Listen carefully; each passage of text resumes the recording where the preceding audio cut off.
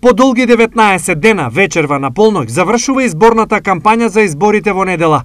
Огромен број митинзи и средби со граѓаните остануваат во позадина, а во преден план сега се очекувањата од нив.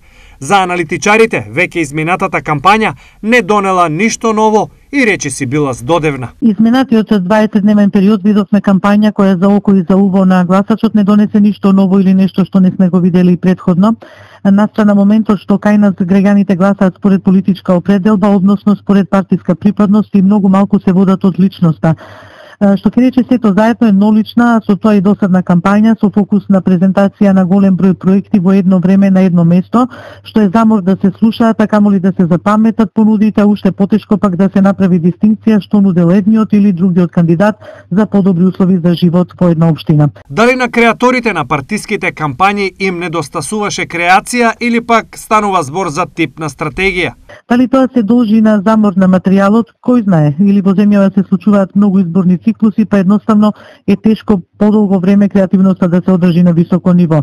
Нешто во секој случај треба да се менува, за почеток зошто, например, кандидатите да не снимаат видео, аудио или да напишат текстуално представување и тоа да се емитува на мас медиумите и по дигиталните платформи.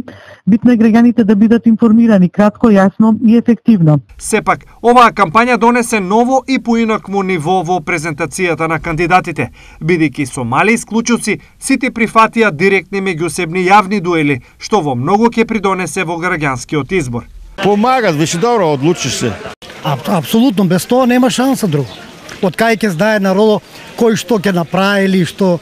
Тоа ќе помогне, многу ќе помогне тоа. Без оглед на стручните и неповолни оценки за типот на видените кампањи, резултатот во недела за некој сепак ќе биде позитивен, но прилика за некој стратегијата да биде сменета за вториот изборен круг.